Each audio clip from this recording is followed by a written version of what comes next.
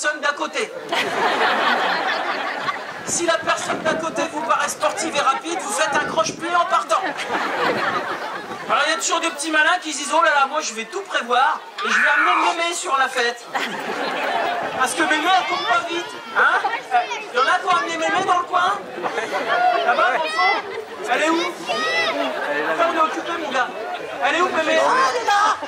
Non, mais madame, je plaisante, vous ne craignez strictement rien. Valentin ne mange que de la viande fraîche. Voilà. Donc vous pouvez rester là. Voilà, bien. Hé, je suis occupé, cowboy, tu me coupes pas la parole, t'attends que j'ai fini. Ils ont pas de parents, ceux-là, ou quoi?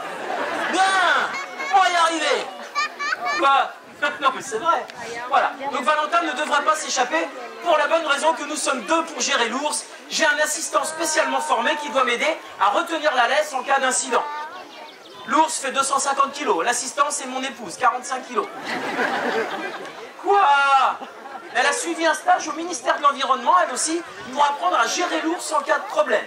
Faut dire que comme vous toutes, mesdames, au départ, elle a été génétiquement programmée pour ne s'occuper que de l'aspirateur. Donc c'est normal. Oh, je déconne, il y a la vaisselle aussi. Donc on est deux pour gérer l'ours, il n'y a pas de problème, Mémé, tu crains rien. Bien. Ensuite, un autre système de sécurité, c'est la sacoche en cuir que je porte à la ceinture. Alors, le texte de loi, c'est « Le dresseur doit porter à la ceinture le moyen de contrôler la colère de son animal en toutes circonstances. » Le mec qui a écrit ça, il n'est jamais sorti de son bureau. En tout cas, il n'a jamais tenu un ours en laisse. Hein. Alors évidemment, ils m'ont dit ce sera bien que vous ayez éventuellement une arme à feu. Ouais. L'ours se barre dans la foule. Attention! Non mais c'est n'importe quoi. Alors on nous dit peut-être que vous pourriez avoir une seringue avec un produit pour l'endormir. Je vous la refais, 2,10 m, 65 km/h. Et moi je cours après avec une seringue pour l'endormir, pour le calmer. Je leur dis si par miracle à un moment j'arrive à le choper, comment ça se passe? Je lui saute dessus, je plante la seringue. Ah monsieur, n'oubliez pas la réglementation, on doit désinfecter avant chaque injection. Alors on va sortir un coton et de l'alcool à 65 km/h. On arrive à choper l'ours. Je dis, je fais la piqûre, là, ça y est, il s'endort, on est peinard.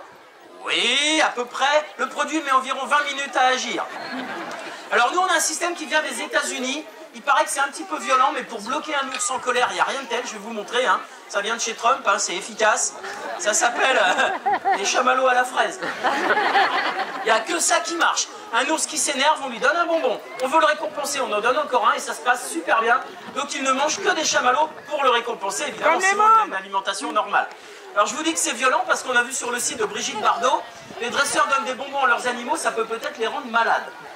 L'ours est un omnivore, il a donc le même système digestif que nous, exactement le même, et il y a 30 ans qu'on les teste sur nos gosses. Hein? Donc on doit pouvoir en donner aux animaux maintenant, c'est que c'était pas du poison. Hein? Ensuite, il faut savoir que l'ours peut manger tout ce qu'il veut comme sucre et comme gras, il ne craint ni le diabète ni l'obésité. Moi aussi, ça me fout les boules, je vous le dis tout de suite. Voilà. Donc Valentin peut manger quelques bonbons, ça va pas le rendre malade. Important aussi, on a vu sur Internet, on voit pas mal de conneries quand même. Hein. On a vu les dresseurs d'ours doivent affamer leurs animaux avant les spectacles pour les affaiblir. Je vais couper la bouffe d'un prédateur ou comme ça, qui fait 3 fois mon poids. 2 fois et demi. C'est dégueulasse, ça, on peut se tromper dans le texte, ça peut arriver à tout le monde. Bien, non mais sérieusement, l'ours peut ne pas s'alimenter pendant 6 mois pendant l'hibernation. Il sort d'hibernation, il est en pleine forme. Moi je vais lui faire sauter un repas et je vais l'affaiblir. Je vais l'énerver. Hein.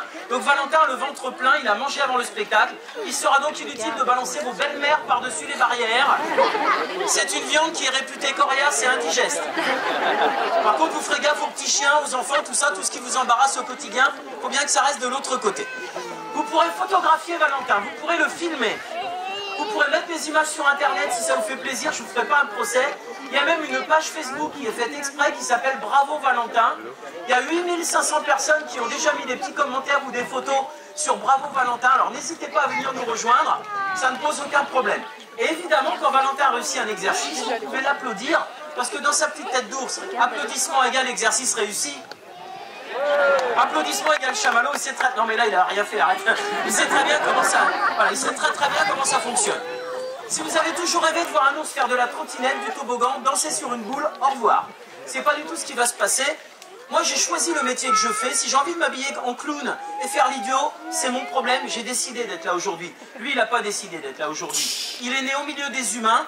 Ça lui évitera d'être braconné ou chassé dans son pays d'origine. Mais ce n'est pas une raison pour lui mettre un nez rouge et le ridiculiser.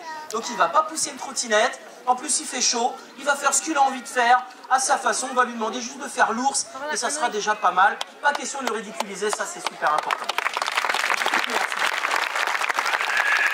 C'est bien. Alors j'ai presque terminé, je sais c'est un petit peu long mais on est obligé d'en parler. Alors il y a une affiche là-bas, vous pourrez la voir après, qui explique un petit peu comment vivent mes ours à la maison. Là Valentin il est dans une remorque frigo en fait, donc lui il est au frais, tranquille, un petit peu à l'écart de la fête. On ne vous l'expose pas au public toute la journée pour qu'il soit peinard, pour qu'il puisse dormir, manger, boire au calme. Hein, c'est simplement, ça aussi c'est une mesure de respect. Et à la maison, il vit dans un parc de 9 hectares avec son copain Lucien. Bah, tout est expliqué sur le petit panneau là-bas. Alors comme on vient souvent ici, on n'a pas voulu vous faire le numéro habituel de Valentin. Et il y a beaucoup de gens qui nous envoient des mails ou des messages justement via Facebook en nous disant « Ah, on a vu Valentin dans une pub, on a vu Valentin dans un film, etc. » Il y a beaucoup de gens qui le reconnaissent. Et on avait envie de vous montrer un petit peu nos astuces pour les tournages. Donc c'est le thème d'aujourd'hui, on a appelé ça « Valentin fait son cinéma », tout simplement.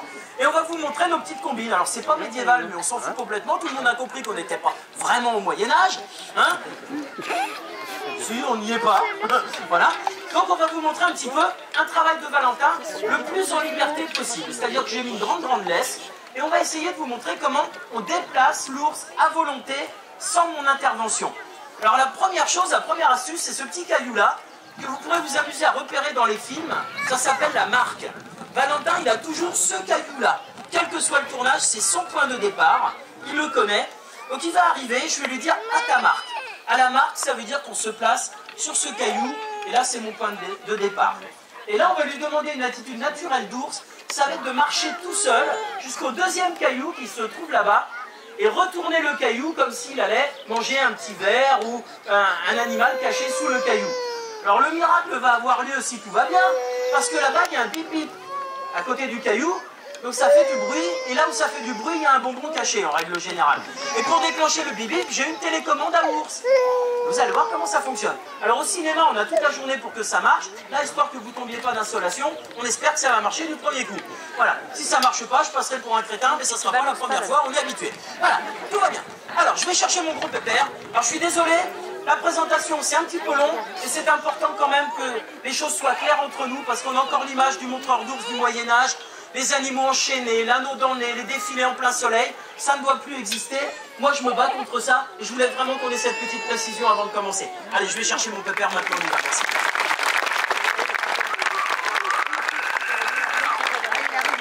On a dit applaudissements égale chamallow. Ah, et on va voir si Pépère a envie de sortir. Ah non, là, vous allez le voir.